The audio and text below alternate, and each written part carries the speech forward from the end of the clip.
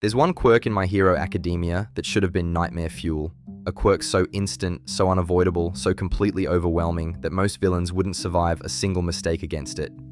And somehow, it ended up being one of the most wasted abilities in the entire series. Today, we're breaking down how Seiji Shishikura's meatball went from a horror movie quirk to background noise. My Hero Academia is full of quirks that hint at terrifying potential, only for the story to quietly move on before those abilities can truly matter. But few quirks feel more underused or more terrifying than Meatball. When Seiji Shishikura first appeared during the provisional license exam, the series presented him as a big deal, an elite, recommended student from Shiketsu High, using a quirk that immediately turned people into helpless balls of flesh with a single touch. It's visceral, it's disturbing, and it's one of the few quirks in MHA that can end a fight instantly. And yet, after that introduction, Meatball never gets the spotlight it deserves.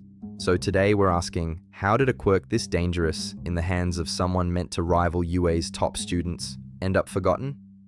Before anything else, we need to clarify Meatball's mechanics, because the anime barely explains how absurd this quirk really is.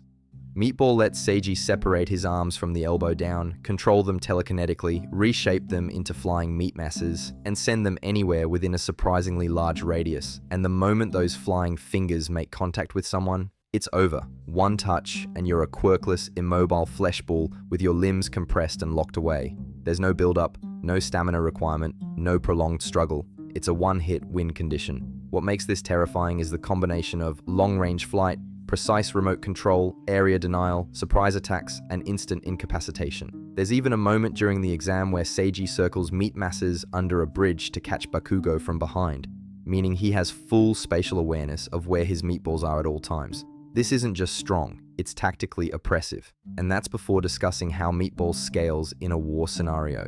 People forget that Seiji isn't just some random student. He's Shiketsu High's equivalent of UA's Todoroki or Yaoyorozu. A prodigy, somebody expected to pass the exam easily, which makes it incredibly ironic that he becomes the only Shiketsu student to fail that section of the test. And not because of strategy, not because he lacked power, not because his quirk wasn't effective. He fails because of arrogance. In isolation, that's a fine lesson. Even the strongest students need humility.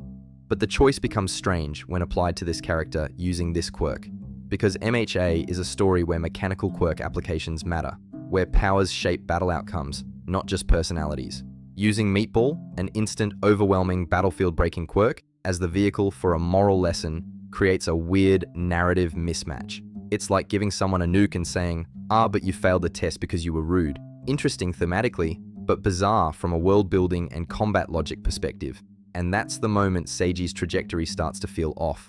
His introduction frames him as a high-level rival with a horror-tier quirk, but his narrative payoff never aligns with that setup. Seiji does appear again in the final war arc, and for a moment fans thought, this is it. This is where Meatball actually does something huge. He fires his meatballs at All for One, the most dangerous villain in the entire series. And what happens? All for One simply avoids them. Casually, instinctively, effortlessly. There's no explanation, no analysis, no quirk interaction, not even acknowledgement of the danger. Not even a line like what we got when Stain used Blood Curdle on All for One, where he changed his blood type and expelled his own blood to counter it. With Meatball, nothing.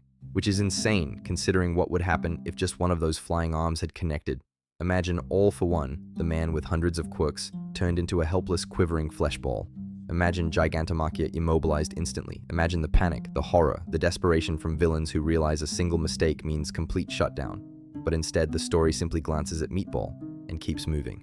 The final opportunity to showcase one of the most dangerous quirks in the series passes without commentary, without logic, and without even a basic acknowledgement of how close Seiji theoretically came to ending the war single-handedly. In the end, Meatball represents one of MHA's biggest cases of unused potential, a prodigy from the rival elite school using a visually horrifying, instant win quirk with battlefield applications that could reshape entire fights, only to then get reduced to a brief gag, a moral lesson, and a blink and you miss it cameo.